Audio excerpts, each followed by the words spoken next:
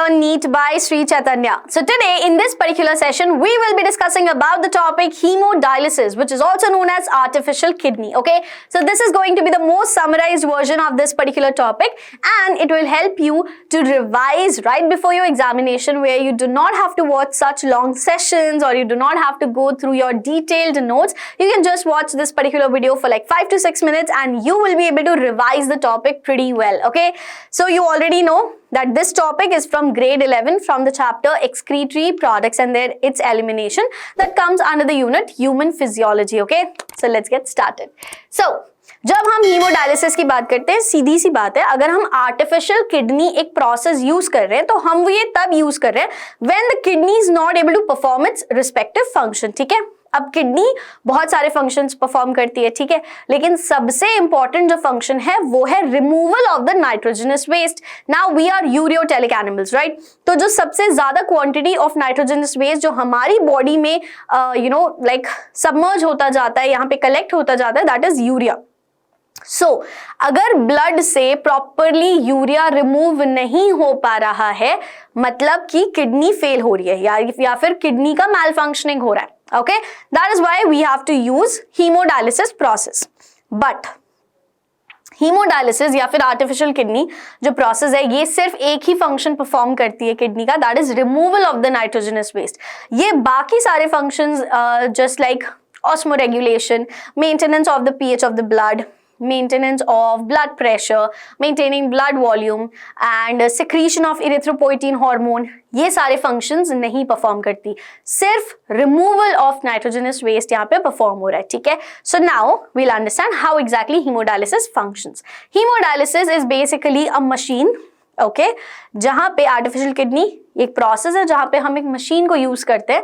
उस मशीन में there are several semi permeable tubes लगे होते हैं वहां पे. ठीक है, so it consist of a coiled cellophane tube that is surrounded by a fluid, और इस फ्लूइड को हम कहते हैं डायलिसिंग फ्लूइड.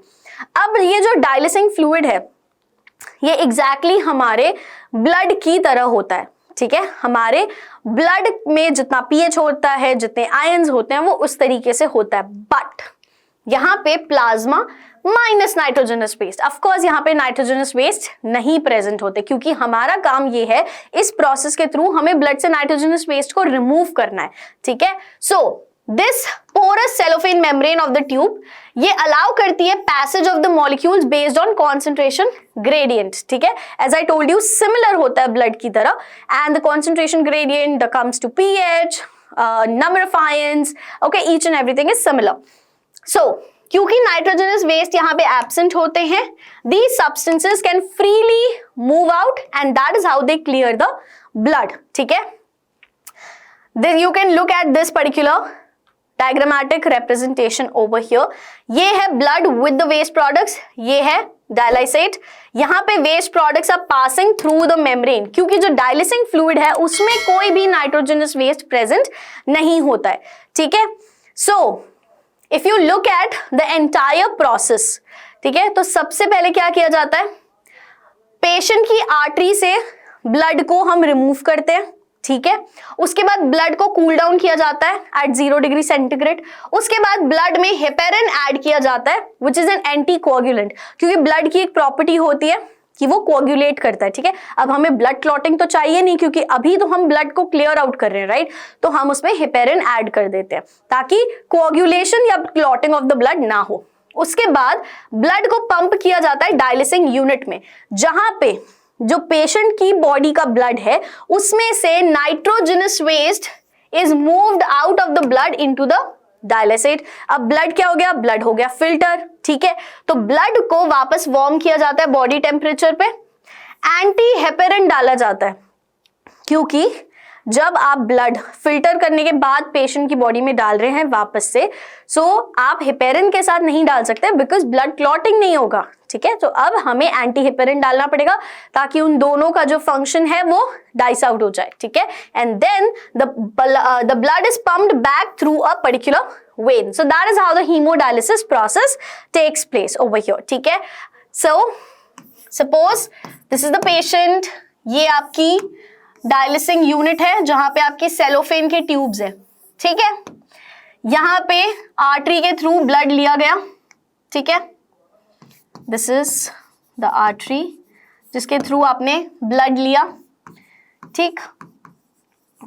इस ब्लड को 0 डिग्री सेंटीग्रेड पे कूल डाउन किया, इसमें हिपेरिन ऐड किया विच इज एन एंटीकोआगुलेंट। उसके बाद इस ब्लड को इस डायलिसिंग फ्लूइड में आपने डाला, ठीक है, डायलिसिंग फ्लूइड में डाला। सो ब्लड से जो यूरिया है, द नाइट्रोजनस वेस्ट, वो कहां चला गया? डायलिसेट में चला गया। तो अब क्या हो गया? ब्लड हो गया फिल्टर्ड, ठीक है। Now when the blood is filtered, उसको आप वापस से बॉडी टेम्परेचर पे लाएंगे, ठीक है। बॉडी टेम्परेचर पे लाने के बाद एंटी हिपेरिन ऐड करेंगे ताकि दोनों के फंक्शन कैंसल आउट हो जाए।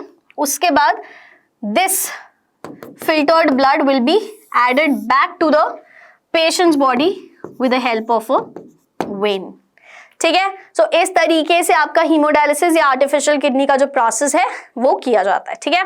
So that was it and this was the most summarized way that I could explain you about the hemodialysis process. Okay, now before we wrap up the session, I would like to tell you about the All India Test Series pack. You can get all the amazing features of this particular series pack in just ₹2,999 if you apply the coupon code that is YouTube50 off. ठीक है, तो यहाँ पे description में link दी हुई है, just check out the description, click on the link, apply the coupon code and get this amazing affordable series pack for all the NEET aspirants over here, right?